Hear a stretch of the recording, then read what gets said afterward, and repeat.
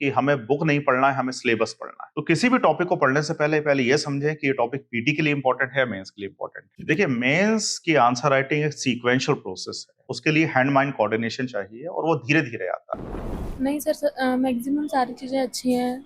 Classes हैं, teachers भी बहुत अच्छे हैं, मटेरियल भी है, टेस्ट वगैरह है ना? भी। दिव्यांशी चौहान। आप कितने टाइम से पढ़ रहे हैं? सर मैं 8 to 9 मंथ हो गया मैंने ज्वाइन करी है। जरा इनकी हैंड राइटिंग दिखाना, बहुत सुंदर लग रही है। Federalism is nothing but a mechanism that able to manage different type of regional tendencies, parochialistic tendencies and secessionist tendencies। कि कोई भी टॉपिक अगर आप मेंस का पढ़ रहे हैं तो उसके 5 से 6 डायमेंशन आप ओपन करिए। सागर से अंकिता जी हैं। जी। उनका क्वेश्चन है कि सर, क्या हमें डे 1 से आंसर राइटिंग करनी चाहिए? एक मैं सिंपल रिकमेंडेशन आपसे दूंगा कि एक टास्क बनाइए अपना डेली बेसिस पर कि मुझे ये टॉपिक कवर करना है, और जब तक ये टॉपिक कवर ना हो तब तक आप पढ़िए। अब उसमें 4 घंटा लगे, 5 घंटा लगे या 8 घंटा लगे, आपको पढ़ना चाहिए। यूनिट 10 अब मेरे ख्याल से गेम चेंजर होगा, क्योंकि जैसे आपको पता है कि पहले कमीशन वाली यूनिट थी, 15-16 कमीशन थे यूनिट 10 में, लेकिन इस बार अब ट्राइब्स को उन्होंने इंक्लूड करा है। सर मैं इसमें 2 मार्क्सर, 7 मार्कर और 10 मार्कर क्वेश्चन आ रहे हैं। तो अगर मान के चलो फेडरलिज्म के ऊपर एक क्वेश्चन आया, तो इसको 2 मार्क्स में कैसा इनके डायमेंशन को कवर करना चाहिए? 7 यही क्वेश्चन 7 मार्क्स में आ गया और यही क्वेश्चन 10 मार्क्स में आ गया। तो तीनों को बता दीजिए डिटेल में सर, किस किस डायमेंशन को कवर करते हो? इंग्लिश मीडियम में मतलब अभी देखें तो प्रयास कीजिए, मतलब अच्छा काम कर रहा है। अच्छा। सब चीज़ें अच्छी चल रही हैं और मेजर फोकस जो है यहाँ पर कंसेप्ट क्लैरिटी पे ध्यान दिया जाता है, क्रैमिंग पर नहीं ध्यान दिया जाता है। तो इवैल्यूएशन में हम लोग नेगेटिव और पॉजिटिव दोनों एस्पेक्ट को हाईलाइट करेंगे, फिर कंक्लूजन ये देंगे कि ये जो नेगेटिव और पॉजिटिव हाईलाइट एस्पेक्ट थे, इसका फाइनल कंक्लूजन क्या निकला। इसे बोला जाता है इवैल्यूएशन। तो सर इस पे बात ही हुई है मेंस के ऊपर, तो सर एवेल्युएट, कमेंट और एनालाइज क्रिटिकली एक एक मिनट में थोड़ा थोड़ा सा संक्षिप्त में बता दीजिए। इंटरव्यू लिया था कल, बहुत इंटरेस्टिंग बात हुई कि एक मैडम थी, उनसे एक क्वेश्चन पूछा गया कि आप, उन्होंने पॉलिटिकल साइंस में एमए किया हुआ था, ठीक, उनसे पूछा गया कि आपके कॉलेज के कौन प्रोफेसर के नाम बताइए। तो उन्होंने आंसर जो दिया वहां पे, उनसे मेरी बात हो रही थी, तो वो बोले कि मैंने जो आंसर दिया, मैंने बोला कि मैं कॉलेज ही नहीं गई। तो क्या इस तरीके से ब्लैंकेट स्टेटमेंट देने से बचना चाहिए स्टूडेंट्स को? एमपीपीएससी में इंग्लिश मीडियम के अभ्यर्थियों को हमेशा प्रॉब्लम रहती है कि उनको इंग्लिश में कंटेंट नहीं मिलता, प्रॉपर क्लासेस नहीं मिलती, प्रॉपर गाइडेंस नहीं मिल पाता। तो इन्हीं समस्याओं के समाधान के लिए आज मैं आया हूँ प्रयास केएसजी इंस्टीट्यूट, जो कि पूरी तरह से इंग्लिश मीडियम के विद्यार्थियों को डेडिकेटेड है। भंवरकुआ के पास में गिरिराज बिल्डिंग है। गिरिराज बिल्डिंग में इसका एक ऑफिस है और सेकंड ऑफिस में अभी आपको बताऊंगा वेदा कॉम्प्लेक्स में। और ये रहा केजी में, और वहाँ के टीचर से जानने की कोशिश करेंगे कि वो किस तरह से पढ़ा रहे हैं। आइए चलते हैं।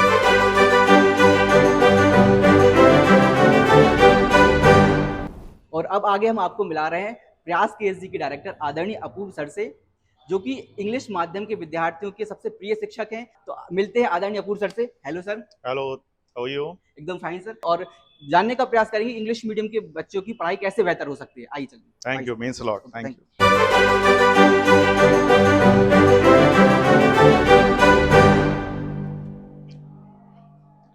अब आदरणीय सर से हम डिटेल में समझ रहे हैं कि जो एमपीपीएससी जो इंग्लिश मीडियम के छात्र हैं, उनको जो जो प्रॉब्लम्स आती हैं, और मेरे वीडियो में कमेंट सेक्शन में लिखते रहते हैं वो छात्र कि इंग्लिश मीडियम में मटेरियल अवेलेबल नहीं हो रहा है, इंग्लिश मीडियम में टीचर्स अवेलेबल नहीं हो रहे, इंग्लिश मीडियम के पूरा कोर्स कंप्लीट नहीं करा पा रहे। तो अब सर से समझेंगे कि इनका सर का इंस्टीट्यूट प्रयास केएसजी उसको किस तरीके से बेहतर करेगा। तो सर आपका फिर से स्वागत है। Thank you Deepan ji. Sir सबसे पहले आता है इंग्लिश मीडियम के जो एमपीपीएससी के छात्र हैं, उनके लिए इंग्लिश मीडियम में नोट्स अवेलेबल नहीं हो पाते, अब इंग्लिश मीडियम का मटेरियल कम मिलता है। इंग्लिश मीडियम के नोट्स को लेकर हाँ, डायनामिज्म तो आया है, अभी सिलेबस भी नया चेंज हुआ है। लेकिन हमारे संस्थान ने ये पूरी कोशिश करी है कि बहुत ही कॉम्पिटेंट और बहुत ही इलुसिडेटिव नोट्स बनाए जाएं, और नोट्स बन भी गए हैं, तो आप चाहे तो मार्केट से उसको ले भी सकते हैं। और पीटी और मेंस के सेपरेट नोट्स बने हुए हैं, तो मेरे ख्याल से अब वो समस्या हमारे प्लेटफॉर्म के लेवल पर इंग्लिश मीडियम वाले बच्चों को नहीं आती है। जहाँ तक आपने टीचर्स की बात करी, तो मैं आपको फिर बता दूं कि अगर हम अपने संस्थान की बात करें तो 15 से 20 टीचर्स की एक टीम है जो बड़ी कॉम्पिटेंट टीम है। उनकी वर्बोसिटी काफ़ी अच्छी है, काफ़ी दिनों से वो पढ़ा रहे हैं और ट्रेनिंग भी इंग्लिश मीडियम में ही इम्पार्ट कर रहे हैं। तो मेरे ख्याल से अब उतनी समस्या बच्चों को नहीं आती है इंग्लिश मीडियम में। और जो एप्रीहेंशन थोड़े बहुत थे पहले बच्चों के कि इंग्लिश मीडियम से कैसे तैयारी करी जाए एमपीपीएससी को, मेरे ख्याल से वो काफ़ी लेवल तक हम लोगों ने दूर करने की कोशिश करी जी है। सर। सर अब थोड़ा सा रैपिड फायर राउंड है, जी। इसमें आपसे जो स्टूडेंट्स लगातार क्वेश्चन पूछ रहे हैं वो जी। आपसे पूछेंगे। इसके बाद हम प्री, मेंस और इंटरव्यू में कैसे तैयारी करें सारी स्ट्रेटजी को डिटेल में सर से जानेंगे। तो अभी रैपिड फायर राउंड चल रहा है अपना। सर कौन-कौन सी बेसिक्स बोर्ड बुक्स हैं जो एमपीपीएससी की तैयारी करने के लिए पढ़नी चाहिए? हिस्ट्री, ज्योग्राफी, पॉलिटिकल साइंस इन सब सारे सब्जेक्ट के लिए? जी, जी, जी। देखिए बेसिक बुक्स में मैं हर एक बच्चे को ये रिकमेंड करूँगा कि सबसे पहले वो एनसीईआरटी पढ़ें और क्लास 6 से लेकर क्लास 12 तक की एनसीईआरटी ज़रूर पढ़ लें, खास तौर पर हिस्ट्री की, ज्योग्राफी की। पॉलिटी की भी आप लोग पढ़ सकते हो, हालाँकि पॉलिटी को लेकर एक बहुत अच्छी बुक है लक्ष्मीकांत, उसका आप रेफरेंस ले सकते हैं। लेकिन इन सारे बुक्स में केवल वही टॉपिक पढ़ें जो आपके सिलेबस में मेंशन किया गया है। ध्यान रखें हर एक बच्चे को, मैं आपके माध्यम से बोलना चाहता हूँ कि हमें बुक नहीं पढ़ना है, हमें सिलेबस पढ़ना है। तो जो टॉपिक सिलेबस में दिया गया है, उसको आप रेफरेंस बनाइए, उसे एनसीईआरटी से पढ़ें। कुछ रीज़नेबल बुक्स हैं, नोट्स भी अवेलेबल हैं और मार्केट में बहुत सारी चीज़ें अवेलेबल हैं, पर मेरी हमेशा रिकमेंडेशन ये रहती है कि सबसे पहले आप सिलेबस को देखें और सिलेबस को पढ़ें। जैसे आप कोई सिलेबस का पार्ट बता दीजिए कि इस सिलेबस को इस डायमेंशन में कवर करना चाहिए। जैसे हुँ, पॉलिटी हो गया आपका, तो उसको किस-किस डायमेंशन में स्टूडेंट्स को कवर करना चाहिए? हुँ। अ, अब देखिए डायमेंशन की बात अगर मैं करूँ जैसे बच्चों को ये पता होगा, जिन बच्चों को नहीं पता मैं आपको बता देता हूँ, कि कुल मिला के 5 यूनिट ऐसी हैं पॉलिटी की जो आपके सिलेबस में शामिल की गई हैं पेपर 2 में। और अगर मैं यूनिट 1 की बात करता हूँ और यूनिट 2 की बात करता हूँ, तो उसमें आप लोग समझेंगे कि गवर्नमेंट के 3 ऑर्गन्स होते हैं, एग्जीक्यूटिव, लेजिस्लेचर और जुडिशरी, कार्यपालिका, विधायिका और न्यायपालिका। तो एग्जीक्यूटिव और लेजिस्लेचर के जो प्रोविजन हैं या जो आप कह सकते हो डायमेंशन है, वो केवल पीटी में दिए गए हैं और जुडिशरी शामिल किया गया है मेंस में भी। और जुडिशरी का एक बहुत ही ब्रॉड नेटवर्क दिया गया है, बहुत ही ब्रॉड सिलेबस दिया गया है, जैसे जुडिशियल एक्टिविज्म है, जुडिशियल रिव्यू है, लोक अदालत है। तो किसी भी टॉपिक को पढ़ने से पहले पहले ये समझें कि ये टॉपिक पीटी के लिए इंपॉर्टेंट है या मेंस के लिए इंपॉर्टेंट है। कहने का मतलब अगर हम लोग एग्जीक्यूटिव लेजिस्लेचर पढ़ रहे हैं तो उसको केवल प्रीलिम्स पॉइंट ऑफ व्यू से पढ़ेंगे, आर्टिकल्स पढ़ेंगे, कुछ प्रावधान पढ़ेंगे, आर्टिकल्स का इंटरप्रिटेशन क्या हो सकता है वो पढ़ेंगे और कुछ केस लॉ पढ़ेंगे। लेकिन अगर हम लोग मेंस के टॉपिक पढ़ रहे हैं, जैसे मैं जुडिशियल एक्टिविज्म का एग्जांपल दूं, न्यायिक सक्रियता का, तो न्यायिक सक्रियता होती क्या है, उसकी विशेषताएं क्या हैं, फीचर्स क्या हैं, उसकी लिमिटेशंस क्या हैं, उसके इम्पैक्ट क्या हैं, उसका क्रिटिकल इवैल्यूएशन क्या है, मतलब जिसे हम लोग आलोचनात्मक मूल्यांकन कहते हैं। तो ये 5-6 डायमेंशन हमें कवर करना पड़ता है मेंस के लिए। तो वही अप्रोच हर एक बच्चे को रखनी पड़ेगी। पहले डिमार्केट करना पड़ेगा कौन सा टॉपिक पीटी के लिए इंपॉर्टेंट है और कौन सा मेंस के लिए। मेरा हमेशा ये मानना है कि कोई भी टॉपिक अगर आप मेंस का पढ़ रहे हैं, तो उसके 5 से 6 डायमेंशन आप ओपन करिए। पहला उस टॉपिक का इंट्रोडक्शन हो गया, दूसरा उसका फीचर्स हो गया, तीसरा लिमिटेशन हो गया, चौथा इम्पैक्ट हो गया, पांचवा क्रिटिकल इवैल्यूएशन हो गया और छठा रोल हो गया। अगर हम 5-6 टॉपिक कवर कर लेते हैं तो मोर और लेस एमपीपीएससी के पॉइंट ऑफ व्यू से हमारे सारे डायमेंशन कवर हो जाते एक रवि जी हैं जिन्होंने मुझे टेलीग्राम पे मैसेज किया था। वो बोल रहे हैं मैं भोपाल का रहने वाला हूँ सर और इंग्लिश मीडियम में तैयारी कर रहा हूँ। हैं। जी, बड़ी समस्या जाती है कि टेस्ट सीरीज लगाने में कि प्री और मेंस की टेस्ट सीरीज मेंस में आंसर राइटिंग में, तो उनकी सर समस्या का थोड़ा समाधान बताइए। जी। तो पहले मैं थोड़ा मेंस की बात कर लूँ फिर पीटी पे आते हैं हम लोग। जी, बिल्कुल। देखिए मेंस की आंसर राइटिंग एक सीक्वेंशियल प्रोसेस है। मतलब रवि जी अगर आप लोग मुझे सुन रहे हैं, मैं आपसे मुखातिब हो रहा हूँ, एड्रेस कर रहा हूँ आपको, कि सीक्वेंशियल प्रोसेस से मेरा मतलब है उसके लिए हैंड माइंड कोऑर्डिनेशन चाहिए और वो धीरे-धीरे आता है। तो हर एक बच्चे को कोशिश ये करना चाहिए कि जो टॉपिक वो पढ़ ले, उसको कम से कम 3 बार रिवाइज करे, मेंस पॉइंट ऑफ व्यू से। उसके थोड़े अपने बुलेट पॉइंट्स बनाएँ, नोट्स बनाएँ और फिर आंसर राइटिंग तैयार करें। और जब भी कभी वो आंसर राइटिंग कर रहा है तो उसको इवैल्यूएट ज़रूर करवाएँ, क्योंकि इवैल्यूएशन सबसे इंपॉर्टेंट चीज़ है। इवैल्यूएशन के बाद जो कमियाँ या खामियाँ समझ में आती हैं आंसर राइटिंग को, फिर उसको नेक्स्ट आंसर में दूर करने की कोशिश करें। तो ये एक जो प्रोसेस है वो लगातार चलनी चाहिए, तकरीबन 8 से 9 महीने, तब जाके आपका हैंड और माइंड कोऑर्डिनेशन बनेगा। जी। ठीक है? सागर से अंकिता जी हैं। जी। उनका क्वेश्चन है कि सर क्या हमें डे 1 से आंसर राइटिंग करनी चाहिए? नहीं, मैं डे 1 से का तो रिकमेंडेशन नहीं करूँगा। मैं चाहता हूँ कि पहले थोड़ा-सा हम लोग सिलेबस कवर करें, करीबन 15-20 दिनों का। तो अगर आप कोई कोचिंग कर रहे हैं और कोचिंग नहीं भी कर रहे हैं, सेल्फ स्टडी भी कर रहे हैं, तो कोशिश करें कि एक टॉपिक जो आप पढ़ रहे हैं, उसे कॉम्प्रिहेंसिवली कवर कर लें। और कवर करने के बाद जहाँ-जहाँ पर ज़रूरत लग रही है उसके नोट्स बनाएँ, उसके बाद बेसिकली आप आंसर राइटिंग करें। और बेसिक नोट्स के अलावा कोचिंग के नोट्स कैसे फ़ायदेमंद हो सकते हैं? जैसे आपकी कोचिंग के नोट्स हैं। जी। देखिए, 2 चीज़ें हैं अगर हम लोग बुक्स की बात करते हैं तो आपको ये समझना पड़ेगा कि बहुत सारी ऐसी बुक्स हैं जो सिलेबस के अकॉर्डिंगली नहीं लिखी गई हैं, वो ऑथर ने लिख दी हैं बुक्स। अब अगर मैं हिस्ट्री की बात करूं या फिर पॉलिटी की बुक्स की बात करूं तो एक जनरल बुक्स। जहां तक हमारे नोट्स की बात है वो बड़े स्पेसिफिक नोट्स हैं, हर एक टॉपिक को लेकर हैं।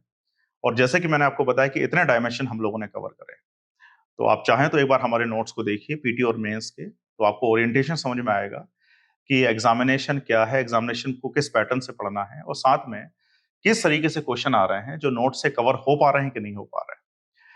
एक बात मैं और बोलना चाहता हूं कि जो प्रिपरेशन है पीएससी की वो दो फ्रंट प्रिपरेशन होती है। एक आप नोट्स पढ़ रहे हैं और आप एक अपने मेंटर की सहायता ले रहे हैं। अगर आप कोचिंग कर रहे हैं तो स्वाभाविक रूप से आपके जो मेंटर्स वगैरह होंगे, टीचर होंगे, वो आपको सहायता देंगे, वो आपको हेल्प करेंगे, गाइड भी करेंगे। अगर आप कोचिंग नहीं कर रहे हैं तो जरूर किसी मेंटर को रखिएगा, आपके बड़े भाई हों, रिलेटिव हों जो एग्जामिनेशन दे चुके हों, जो आपके पहचान वाले हों, उनसे जरूर गाइडेंस लें आप। सर और एक अपूर्वा जी हैं, वो पूछ रही हैं कि दिन में कितने घंटे पढ़ना चाहिए ताकि सिलेक्शन हो जाए? अब ये बड़ा सब्जेक्टिव क्वेश्चन है, कितने घंटे पढ़ना चाहिए। हर एक बच्चे की कैपेसिटी अलग होती है। जैसे हमेशा मैं अपनी क्लास में बोलता हूँ कि हर एक बच्चा यूनिक है और हर एक बच्चे के कुछ मेरिट्स भी हैं और कुछ लैक्यूनास भी हैं, कुछ लिमिटेशंस भी हैं। कुछ बच्चे ऐसे होंगे जिनको मेमोराइजेशन का इशू आता है, कुछ बच्चे ऐसे होंगे जिनको इंग्लिश ग्रामर लिखने में इशू आता है, कुछ बच्चे तेज नहीं लिख पाते होंगे, तेज नहीं पढ़ पाते होंगे और कुछ बच्चे इसके बिल्कुल अपोजिट करते होंगे। तो अपने कमियों को और अपने मेरिट्स को आप पहचानिए। एक मैं सिंपल रिकमेंडेशन आपसे दूंगा कि एक टास्क बनाइए अपना डेली बेसिस पर कि मुझे ये टॉपिक कवर करना है और जब तक ये टॉपिक कवर ना हो तब तक आप पढ़िए। अब उसमें 4 घंटा लगे, 5 घंटा लगे या 8 घंटा लगे, आपको पढ़ना चाहिए।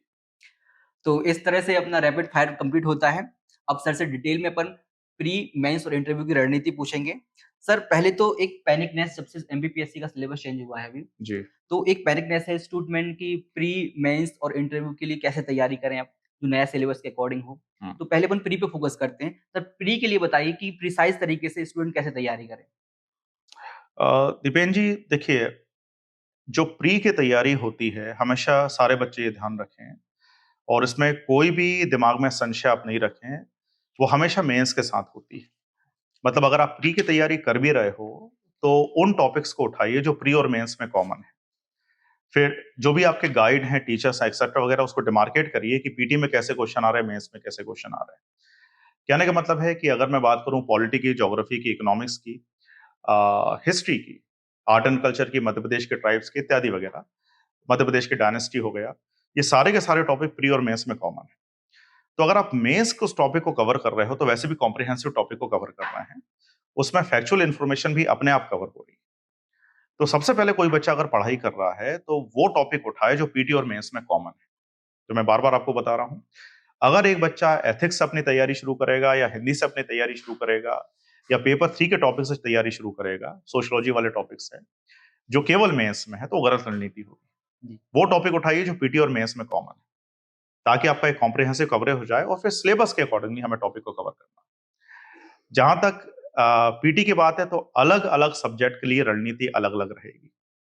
जैसे अगर मैं पॉलिटी की बात करता हूं तो पॉलिटी में इंफॉर्मेटिव क्वेश्चन भी आते हैं, कॉन्सेप्चुअल भी आते हैं।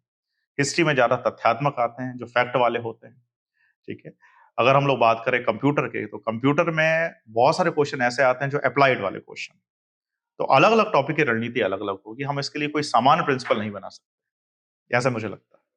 सर एक एमपी में प्री पीटी में एमपी में यूनिट 10 ऐड हुई है, एमपी की ट्राइब्स।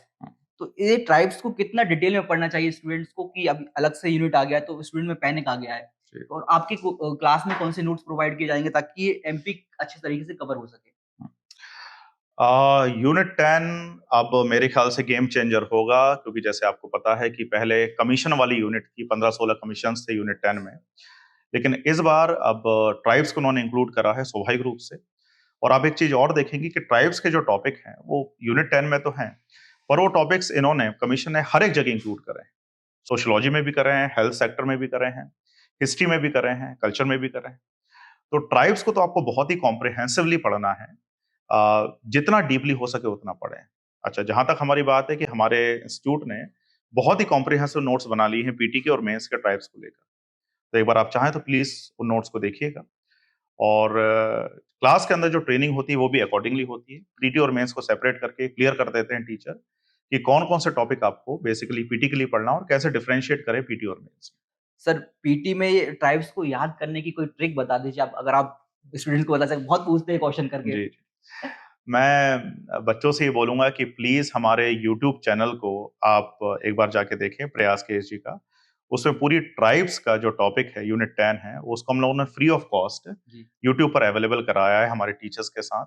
बहुत अच्छी ट्रिक्स हैं, बहुत अच्छे न्यूमेरिक्स भी हैं, और एक कनेक्टिविटी हम लोगों ने डेवलप करी जिसमें बच्चों को बहुत अच्छी तरीके से यूनिट कवर हो जाएगी। तो प्लीज आप लोग उस यूनिट को जरूर देखें, यूट्यूब पर वो फ्री अवेलेबल है। ठीक है, हम अपने डिस्क्रिप्शन में उसकी लिंक आपको मेंशन कर देंगे ताकि आप इजी तरीके से वहां तक पहुंच सकें। सर ये हो गया अपना पीटी का ऑलमोस्ट। एक और इकोनॉमिक्स है, थोड़ा सा बता दीजिए कि इकोनॉमिक्स को कैसे तैयार करना चाहिए, किन किन डायमेंशन में थोड़ा सा ध्यान रखना चाहिए तैयार करते समय इसको। जी। देखिए, पहले अगर मैं मेंस की बात करूं तो इकोनॉमिक्स की केवल एक यूनिट थी, जिसमें एक यूनिट ट्रेडिशनल इकोनॉमिक्स की थी और दूसरी यूनिट थी मध्य प्रदेश की इकोनॉमिक्स को। अब इन्होंने उसको 4 कर दिया, मतलब 2 यूनिट्स और बढ़ाई हैं, और ऑफ कोर्स यूनिट 6 जो पीटी की है उसमें इकोनॉमिक्स का सिलेबस भी बढ़ा दिया है। तो बिल्कुल इकोनॉमिक्स को समझने के लिए बहुत जरूरी है कि आप फंडामेंटल्स ऑफ इकोनॉमिक्स को समझें। अब फंडामेंटल समझने के लिए अगर आप क्लास कर रहे हैं तो ऑफकोर्स आपके टीचर आपको गाइड करेंगे। अगर आप नहीं कर रहे हैं तो बेसिक एनसीईआरटी पढ़ें, कोई अच्छी रेफरेंस बुक का यूज करें ताकि आपको फंडामेंटल्स बिल्कुल क्लियर हो जाए। आपको क्लियर होना चाहिए टैक्स ड्यूटी में क्या डिफरेंस होता है, टैक्सेशन रेजीम क्या होती है, जीएसटी रेजीम क्या है, इसके अलावा कैपिटल मार्केट क्या है, मनी मार्केट क्या है, इत्यादि वगैरह। ठीक है, फाइनेंशियल इंक्लूजन क्या है, सोशल इंक्लूजन क्या है। तो ये सारे जो टॉपिक ऐड है आपके सिलेबस में, इसकी प्राथमिक जानकारी, फंडामेंटल जानकारी होना चाहिए हर एक बच्चे को। तो सबसे पहले अपने कॉन्सेप्ट पर ध्यान दें। अगर हमारे कॉन्सेप्ट क्लियर हैं तो फैक्ट को भी हम लोग एसिमुलेट कर सकते हैं, रिवाइज कर सकते सर अब मेंस पे बात करते हैं अपन डिटेल में। हैं। जी। सर मेंस में 2 मार्क्सर, 7 मार्कर और 10 मार्कर क्वेश्चन आ रहे हैं। तो अगर मान के चलो फेडरलिज्म के ऊपर एक क्वेश्चन आया, तो इसको 2 मार्क्स में कैसा इनके डायमेंशन को कवर करना चाहिए? 7 यही क्वेश्चन 7 मार्क्स में आ गया और यही क्वेश्चन 10 मार्क्स में आ गया। तो तीनों को बता दीजिए डिटेल में सर, किस डायमेंशन को कवर करते हो स्टूडेंट को। देखिए, अगर हम, जैसे आपने क्वेश्चन पूछा, बड़ा अच्छा क्वेश्चन था कि फेडरलिज्म क्या है। कभी बच्चे को ये दिक्कत आती, हिंदी में से संघवाद बोला जाता है। तो अगर किसी बच्चे को दिक्कत आती है कि भाई फेडरलिज्म क्या है, तो सबसे पहले उसकी जो सबसे प्रोनाउंड या प्रोफाउंड डेफिनेशन है वो लिखे। मतलब सबसे पहला काम आपका ये है कि 7 मार्कर का क्वेश्चन हो, 10 मार्कर का क्वेश्चन हो या 2 मार्कर का क्वेश्चन हो, आपको उस टॉपिक की डेफिनेशन, ठीक है, मतलब उसका इंट्रोडक्शन पता होना चाहिए। जैसे ऐसा बोला जाता है कि federalism is nothing but a mechanism that able to manage different type of regional tendencies, parochialistic tendencies and secessionist tendencies. मतलब जो संघवाद है, देश में जो पृथकतावाद है, जिसे हम लोग सेपरेटिस्ट बोलते हैं, अलगाववाद है, उसको मैनेज करने का एक तरीका है कॉन्स्टिट्यूशन मीन्स के थ्रू। तो इसकी सबसे अप्रोप्रिएट डेफिनेशन मानी जाती है। तो 2 मार्कर में केवल अगर आप डेफिनेशन लिख के आ जाते हैं, अब ये डिपेंड करेगा नेचर ऑफ क्वेश्चन क्या है। जैसे अगर क्वेश्चन ये आ गया 7 मार्कर का कि इंडिया में फेडरलिज्म के फीचर्स लिखिए, demarcate all the possible features of federalism. तो अगर कोई क्वेश्चन फीचर्स वाला आया तो आपको 6-7 पॉइंट सीधे लिख देना है। जैसे मैं हमेशा बच्चों से बोलता हूं कि अगर कोई क्वेश्चन फीचर वाला हो, कैरेक्टर वाला हो, मेरिट डिमेरिट वाला हो, इम्पैक्ट वाला हो, ठीक है, या कॉजेस वाला हो, रीजन वाला हो, तो हमेशा आंसर पॉइंट में लिखा जाता है। तो उसके फिर हमें पॉइंट लिखने पड़ेंगे। लेकिन आपने जैसे 10 मार्कर की बात करी, तो 10 मार्कर में ऐसे क्वेश्चन नहीं आते। 10 मार्कर में इवैल्यूएशन वाले क्वेश्चन हैं, कभी कभी क्रिटिकल इवैल्यूएशन वाले क्वेश्चन। लेकिन एक सिंपल प्रिंसिपल मैं बता दूं आप लोगों के सामने कि कोई भी आंसर अगर आप शुरू करते हैं, चाहे वो 11 मार्कर का हो, 7 मार्कर का हो या फिर 2 मार्कर ही क्यों ना हो, उस टॉपिक की सबसे अप्रोप्रिएट डेफिनेशन आपको पता होना चाहिए। सर जैसे अगर फेडरलिज्म का इवैल्यूएशन आ गया, आपने कहा, तो उसको करंट से लिंक करते हुए उसको 10 मार्क्स में मतलब एक बड़ा लिखना पड़ेगा अपन को। तो किस-किस डायमेंशन में अगर इवैल्यूएट करने के लिए आ गया तो कैसे उसको करना करेगा, कवर कर स्टूडेंट कवर करेगा उसको? हम्म देखिए, इवैल्यूएशन का, जैसे आपने क्वेश्चन पूछा, it's very good question. Evaluation का सिंपल मतलब होता है कि आपको जो दोनों डायमेंशंस हैं, मतलब फेडरलिज्म के पॉजिटिव नेगेटिव, उसको हाईलाइट करना है और इवैल्यूएट करके सारांश था, समराइज ये बताना है कि बेसिकली आपका रिजल्ट क्या निकला। जैसे मैं एग्जांपल देता हूं, आपने पूछा क्वेश्चन कि इवैल्यूएशन वाला पार्ट हम लोग कैसे कवर करें। 3 तरह के रिलेशन है, लेजिस्लेटिव है, एग्जीक्यूटिव है और फाइनेंशियल है। अब इसमें हमें ये देखना पड़ेगा कि सेंटर और स्टेट के बीच में कौन कौन से एरियाज में कॉन्फ्लिक्ट हो रहा है। उस कॉन्फ्लिक्ट को दूर करने के लिए भारत सरकार ने, गवर्नमेंट ऑफ इंडिया ने, और मध्य प्रदेश की बात करें तो मध्य प्रदेश सरकार ने क्या क्या इनिशिएटिव लिए, तो दोनों एस्पेक्ट को आपको हाईलाइट करना पड़ेगा। और हाईलाइट करने के बाद आपको रिजल्ट बताना पड़ेगा कि जिस एरिया में कदम उठाए गए उसका फाइनल प्रोडक्ट क्या निकला है। जी जी। इसे बोला जाता है इवेल्युएशन। ओके। मतलब मैं और सारांश बता दूं तो इवेल्युएशन में हम लोग नेगेटिव और पॉजिटिव दोनों एस्पेक्ट को हाईलाइट करेंगे, फिर कंक्लूजन ये देंगे कि ये जो नेगेटिव और पॉजिटिव हाईलाइट एस्पेक्ट थे इसका फाइनल कंक्लूजन क्या निकला। इसे बोला जाता है इवेल्युएशन। तो सर इस पे बात ही हुई है मेंस के ऊपर, तो सर एवेल्युएट, कमेंट और एनालाइज क्रिटिकली एक एक मिनट में थोड़ा थोड़ा सा संक्षिप्त में बता दीजिए सर। अच्छा, चलिए आपने ये जो इन्हें कमांड वर्ड बोला जाता है या कीवर्ड बोला जाता है क्वेश्चंस के, तो इनको शुरू करते हैं एक्सप्लेन से। हमेशा ध्यान रखो बच्चों कि अगर एक्सप्लेन वाला क्वेश्चन आ रहा है, हालांकि मैंने इस पर एक लंबा वीडियो बनाया है पर फिर भी मैं इसको शेयर कर देता हूँ। एक्सप्लेन वाला क्वेश्चन आ रहा है तो आपको इंट्रोडक्शन के साथ हमेशा रीजंस लिखना पड़ेगा। अगर क्वेश्चन डिस्क्रिप्शन या डिस्क्राइब वाला आ रहा है तो इंट्रोडक्शन के साथ हमेशा फीचर्स लिखने पड़ेंगे। अगर क्वेश्चन कमेंट वाला आ रहा है, मैं सारांश में बता देता हूं, तो कमेंट में आप अपना व्यू दे सकते हैं। अगर क्वेश्चन एनालाइज वाला आ रहा है, क्रिटिकली एनालाइज वाला आ रहा है, तो आपको क्रिटिसिज्म का एनालाइज करना पड़ेगा, ना कि नॉर्मल एनालाइज। अगर क्वेश्चन इवैल्यूएशन वाला आ रहा है तो आपको पॉजिटिव नेगेटिव दोनों पार्ट बताने पड़ेंगे और फाइनली कंक्लूजन देना पड़ेगा कि उसकी समरी क्या निकली। तो ये मोटे मोटे थोड़े से कमांड वर्ड हैं जिसका मैंने सर मैं सारांश देने की कोशिश की। इस टॉपिक को थोड़ा खींच रहा हूँ क्योंकि स्टूडेंट्स की बहुत समस्या रहती है। जी। थोड़ा सा एक कोई एग्जांपल देके पॉलिटी का भी कि इसको एग्जांपल देके तीनों चीजें समझा दीजिए सर कि कमेंट में क्या लिखेंगे, एनालाइज में क्या लिखेंगे और अगर और कुछ आता है तो उसमें क्या लिखेंगे। पहले तो आप लोग ये समझें कि जो कमेंट वाले क्वेश्चन का वेटेज अब बढ़ने वाला है और कमेंट वाले क्वेश्चन वहां पर आते हैं जहां पर आप खुद के अपने व्यू दे सकें। जैसे आप देखेंगे जो अभी एग्जामिनेशन होगा इसमें सोशियोलॉजी वाले जो टॉपिक होंगे उसमें बहुत सारे क्वेश्चन कमेंट के आएंगे। कमेंट को हम लोग टिप्पणी बोलते हैं। अब जैसे कोई क्वेश्चन आ रहा है फीमेल फीटासाइड को लेकर या आप कह सकते हो माल न्यूट्रिशन को लेकर या हेल्थ इंडिकेटर्स को लेकर, तो एक नागरिक के तौर पर, एक सिटीजन के तौर पर आपका व्यू पॉइंट खुद का क्या है।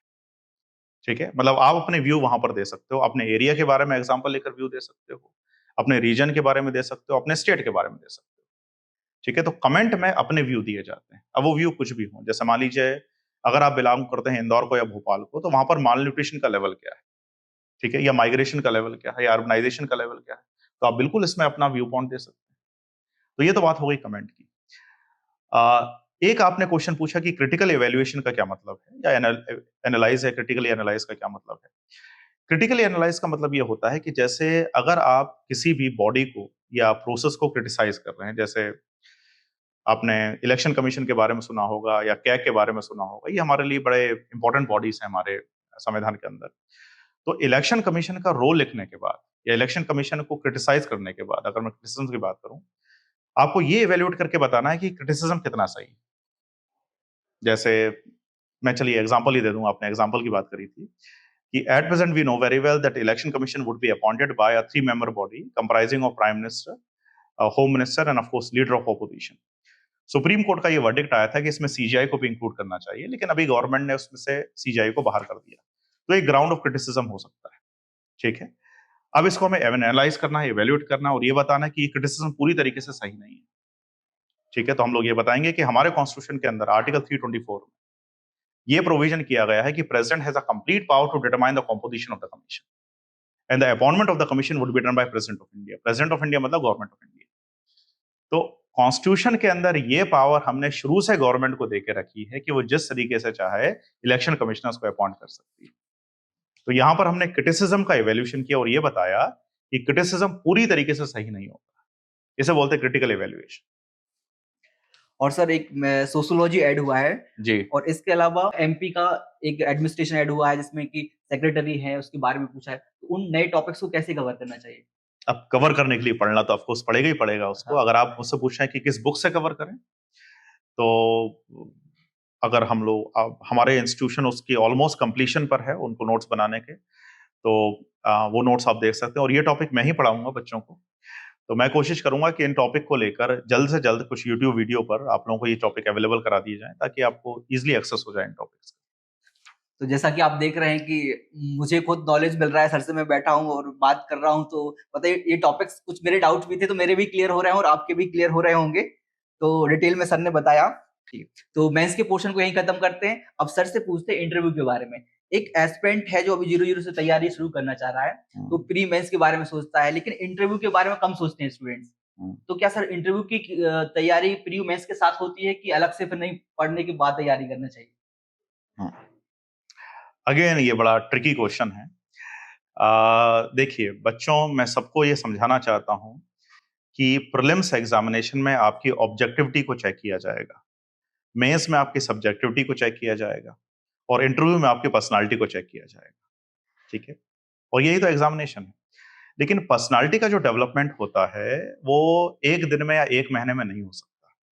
अच्छा, ये जो कोर्स को डिजाइन किया गया है सिविल सर्विस का, इसमें आप हिस्ट्री पढ़ रहे हैं, ज्योग्राफी पढ़ रहे हैं, इकोनॉमिक्स पढ़ रहे हैं, सोशल इश्यूज पढ़ रहे हैं, एथिक्स पढ़ रहे हैं, तो धीरे धीरे आपकी पर्सनालिटी डेवलप होगी, धीरे धीरे आप में कॉन्फिडेंस आएगा, सारे सब्जेक्ट का ज्ञान आपको होगा, आप उसको एसिमुलेट करोगे, एनालाइज भी करोगे, और फिर आप वोकल होगे, फिर आप बोलना चालू करोगे। एक आदमी किसी विषय के बारे में तब बोल सकता है जब उसको उसके विषय के बारे में थोड़ा ज्ञान हो या उसको एक्सपोजर हो। तो मेरी रिकमेंडेशन रहेगी कि इंटरव्यू की तैयारी अपने आप होती है अगर आप पीटी और मेंस की तैयारी अच्छे से करें। हाँ, जब इंटरव्यू का टाइम आता है तो ऑफकोर्स बहुत मॉक दीजिए, जिससे आप वोकल होते हो, आपका कॉन्फिडेंस लेवल बढ़ता है। ये बड़ी सिंपल बात है कि एक ही क्वेश्चन का जवाब अगर आप 2 बार दे रहे हो या 3 बार दे रहे हो, और अगर उसी क्वेश्चन का जवाब चौथी बार दोगे तो उससे बेटर ही दोगे जो 1 या 2 बार। तो वो चीज is a part of the process. और अभी मेरी रिकमेंडेशन होगी कि आप पीटी मेंस की तैयारी अच्छे से करें, सॉरी, और ऑटोमेटिकली इंटरव्यू की तैयारी उसके साथ हो भी रही है और होती भी चली जाएगी। सर इंटरव्यू की तैयारी के दौरान मैंने, जैसे अभी हम इंटरव्यू ले रहे थे, अभी इंटरव्यूज चल रहे हैं एमपीएससी के, जी। तो हम लोग जाते हैं एस्पिरेंट से पूछते हैं किस तरीके से क्वेश्चन आए थे। तो एक आदरणीय मैम थी, उनसे हम लोगों ने पूछा कि आपसे कैसे क्वेश्चन पूछे गए। तो उनसे एक क्वेश्चन पूछा गया था इंटरव्यू बोर्ड ने कि अभी आप 5 वैल्यू बताइए जो आपके एडमिनिस्ट्रेशन के लिए बहुत जरूरी है। तो जैसे ये क्वेश्चन आया, तो वैल्यू सिस्टम हम एथिक्स में पढ़ेंगे, तो वो वैल्यूज मतलब एस्पिरेंट को अपने मन से बताना चाहिए कि उसको सिलेबस से लिंक करके हुए बतानी चाहिए सारी चीजें? देखिए, ये सिचुएशनल क्वेश्चन है, और जो सारे बच्चे इंटरव्यू अभी दे भी रहे हैं तो शायद ये मेरा व्यू पॉइंट है, हो सकता है ये गलत हो, लेकिन जो मुझे ठीक लगता है इस विषय को लेकर मैं आपसे अपना व्यू पॉइंट साझा करना चाहता हूँ।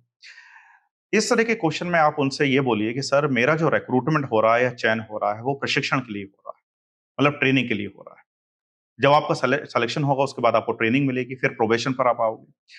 तो अभी एडमिनिस्ट्रेटिव सिचुएशन को लेकर क्या डिसीजन लेना चाहिए उसके बारे में आपके पास ज्यादा ज्ञान नहीं है जब तक आपको ट्रेनिंग नहीं मिले। तो हमेशा ये जवाब दीजिए कि मेरा जो सिलेक्शन होगा या रिक्रूटमेंट होगा और ट्रेनिंग के बाद होगा, इस सिचुएशन में मैं उसके बाद बेहतर रूप से डिसीजन ले सकता हूं। लेकिन अभी वर्तमान में as a citizen, as a aspirant, as a student, as a social entity, मतलब समाज के एक व्यक्ति के रूप में जो मेरी समझ है उसके अकॉर्डिंगली फिर आप जो जवाब देना चाहें आप जवाब। जी सर, अभी इंटरव्यूज चल रहे हैं तो कुछ एस्पिरेंट्स पूछ रहे थे कि ड्रेसिंग कोड कैसा होना चाहिए। क्या ड्रेसिंग कोड होता है इंटरव्यूज का कुछ कि फिक्स कि यही पहनना चाहिए, ये नहीं पहनना चाहिए? देखिए, इसका भी जवाब बड़ा सिंपल है। कभी आपने, आजकल आप लोग बड़े हाई कोर्ट्स के वो देख रहे होंगे, वीडियो क्लिप्स देखते होंगे जिसमें हाई कोर्ट के जज ये व्यू पॉइंट देते हैं कि जो एडमिनिस्ट्रेटर है वो ड्रेस कोड में आए। तो मेरे ख्याल से आपने देखा होगा, तो इसका मतलब ड्रेस कोड तो है। दूसरी बात, अगर आप सही ड्रेस कोड पहन के जा रहे हो इसका मतलब आप बोर्ड का रिस्पेक्ट कर रहे हो। अगर आप कैजुअली जाओगे, जैसे जो बच्चा टाई लगाने में कंफर्टेबल है, अगर वो टाई लगाता है तो बहुत अच्छी बात है, आप बोर्ड का रिस्पेक्ट कर रहे हो। अगर आप कोट पहन के जा रहे हो तो भी बहुत अच्छी बात है, आप बोर्ड का रिस्पेक्ट कर रहे हो। तो ड्रेस कोड कभी भी लाउड नहीं होना चाहिए, ठीक है। जैसे हमेशा बोला जाता है कि administration has to work on the principle of anonymity, बोला जाता है, अनामता के सिद्धांत पर काम करता है प्रशासक, मतलब वो पर्दे के पीछे रह के काम करता है, ठीक है। तो अगर कोई व्यक्ति जिसको प्रशासक बनना है और वो पर्दे के पीछे रह के काम कर रहा है तो कभी भी उसको लाउड नहीं होना है, ठीक। तो ड्रेस कोड ऐसा हो जो कि लाउड ना हो, जो कि सोबर हो, जो कि अटेंटिव हो और बोर्ड की तरफ रिस्पेक्ट करने वाला हो। उसमें आप सूट पहनिए, कोट पहनिए, जो भी आपको करना चाहो, टाई पहनिए, बट वो लाउड नहीं होना चाहिए। ऐसा फीमेल साड़ीज पहन सकती हैं, बिल्कुल सूट बिल्कुल वगैरह, है बिल्कुल ना? बिल्कुल बिल्कुल थोड़ा चमकीले और तड़क भड़क कपड़ों से बचना ना ना चाहिए, बिल्कुल नहीं बिल्कुल नहीं बिल्कुल नहीं। आप शादी में नहीं जा रहे हैं, ठीक है।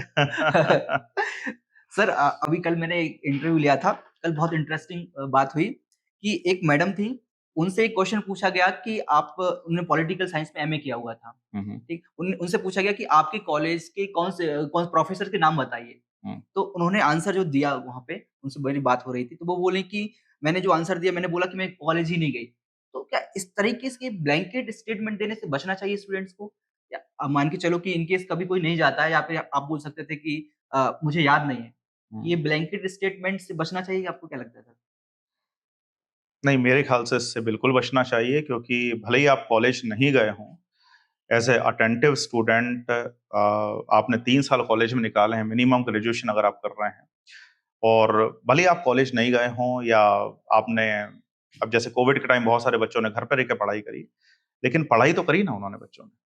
और अगर आपको अपने टीचर्स के या अपने इंस्ट्रक्टर का नाम नहीं पता है, सॉरी, तो मेरे ख्याल से ये अच्छे संकेत नहीं है। मुझे लगता है ये आप रिस्पेक्ट नहीं कर रहे हो टीचर्स का या अपने इंस्ट्रक्टर्स का, तो वो तो पता होना चाहिए। और दूसरी बात, अब जवाब क्या दें?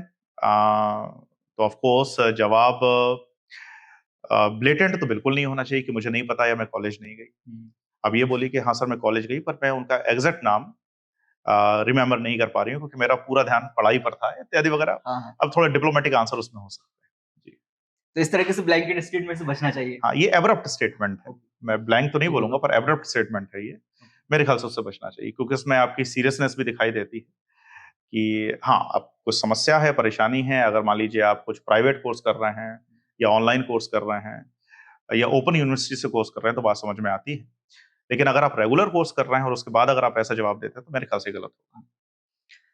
सर आप मुझे 5 पॉइंट्स बताइए जो एस्पिरेंट्स अभी इंटरव्यू देने जा रहे हैं, उनको याद रखना ही चाहिए। ये टॉपिक्स आपके कवर होने चाहिए इंटरव्यू देने से पहले, ताकि ये जो वीडियो देख रहे हैं मेरे एस्पिरेंट्स जो अभी जाने वाले हैं इंटरव्यू देखने के लिए, उनकी हेल्प हो सके। 5 पॉइंट, चलिए मैं सीक्वेंसिंग करने की कोशिश करता हूँ। पहला तो आपको कोई भी एक्सट्रीम व्यू नहीं देना है। एक्सट्रीम व्यू से मेरा मतलब है, जैसे हर एक व्यक्ति का अपना पॉलिटिकल व्यू तो होता ही होता है, हम लोग समाज के नागरिक हैं और सामाजिक प्राणी तो है ही हैं, तो हमारा एक व्यू है, एक परसेप्शन है और एक इंक्लाइनेशन है। तो कोशिश करिए कि न्यूट्रल रहें कुछ हद तक, और एक्सट्रीम व्यू ना दें, मतलब बहुत ही एकदम एब्रप्ट स्टैंड नहीं लें किसी एक व्यू को लेकर या पॉलिटिकल थॉट को लेकर। तो मेरा पहली रिकमेंडेशन ये होगी। दूसरी बात यह है कि हमेशा कोशिश करिए कि आपका जो इंटरव्यू है उसको ट्रेनिंग के साथ जोड़ें, क्योंकि मैं बार बार ये बोलता हूं कि आपका जो चयन हो रहा है या भर्ती हो रही है वो ट्रेनिंग के लिए हो रही है, वो अपॉइंटमेंट के लिए नहीं हो रही है। ठीक है, आपके चयन के बाद या आपके रिक्रूटमेंट के बाद, भर्ती के बाद आपको ट्रेनिंग कराई जाएगी, उसके बाद प्रोबेशन का पीरियड आएगा और बहुत बाद में जाकर अपॉइंटमेंट होगा।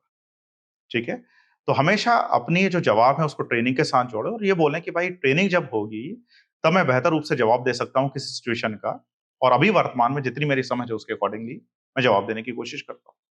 तीसरा, मुझे लगता है कि हमेशा बोर्ड की तरफ रिस्पेक्ट करें। आपका आई कांटेक्ट अच्छा होना चाहिए। बोर्ड के जो मेंबर सवाल पूछ रहे हैं उनसे आई कांटेक्ट रखें। जो सवाल नहीं भी पूछ रहे हैं उनको भी थोड़ा सा अटेंशन आप जरूर दें।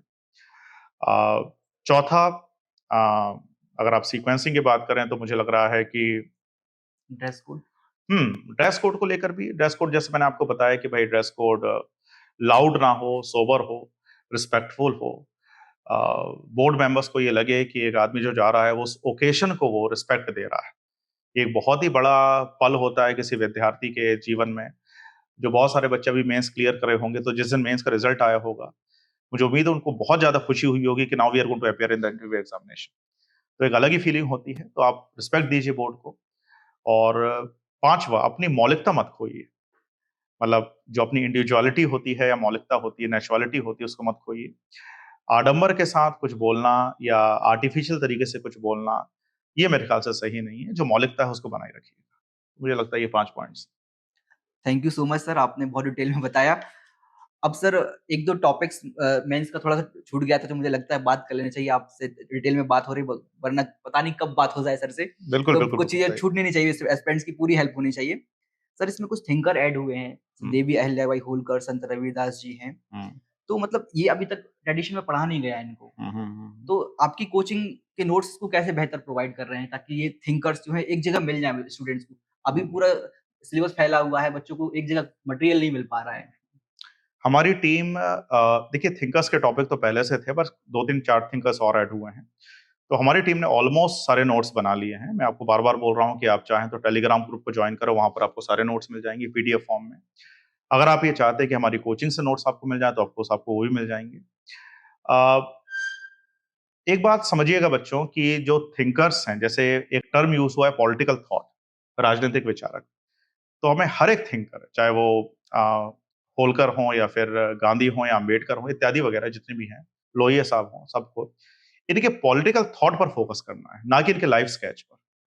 मतलब जन्म कब हुआ, मृत्यु कोई हुई, ये तो एक अलग बात हो गई, लेकिन जो इनका पॉलिटिकल विचारधारा थी या व्यू पॉइंट था, इस पर हमें ज्यादा फोकस करना है। तो उसी एस्पेक्ट को लेकर हम लोगों ने भी नोट्स बनाए हैं और वो सारे अवेलेबल हो चुके हैं मार्केट में, आप चाहें तो बिल्कुल। नेशनल सिक्योरिटी इसको कैसे कवर करना चाहिए लास्ट टॉपिक में? अच्छा, नेशनल सिक्योरिटी, सिक्योरिटी। हाँ। तो पहले तो आपको पता होगा भाई नेशनल सिक्योरिटी होती क्या है और नेशनल सिक्योरिटी को प्रोटेक्ट करने के लिए हमने क्या क्या कदम उठाए हैं, रिस्पॉन्सिबल मिनिस्ट्री कौन सी है, किन किन एरियाज को लेकर हमें नेशनल सिक्योरिटी का थ्रेट है, चाहे वो नक्सलिज्म हो गया या इंसर्जेंसी हो गया या कुछ हद तक टेररिज्म यानी आतंकवाद हो गया।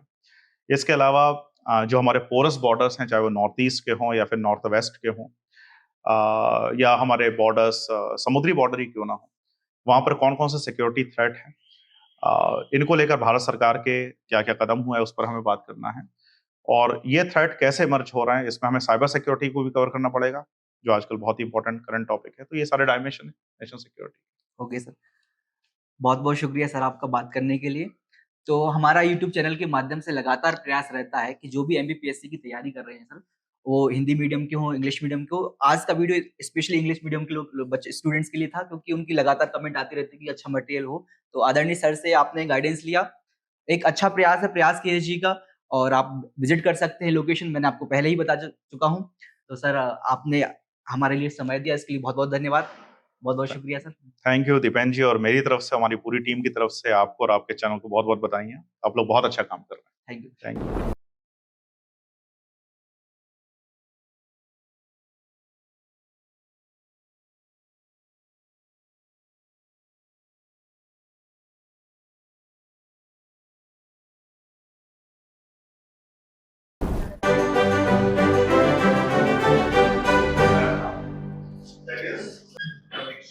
मेरा नाम दीपेन सिंह कुशवाहा है और मैं यूट्यूबर हूँ और एमबीपीएससी से रिलेटेड जितने भी कंटेंट है, टॉपर्स के इंटरव्यू है, इनको कंडक्ट करता हूँ, कोचिंग विजिट करता हूँ, इसमें बताता हूँ कोचिंग में क्या क्या चीज अच्छाई है, क्या क्या चीज बुराइयां हैं। आपका क्या नाम है?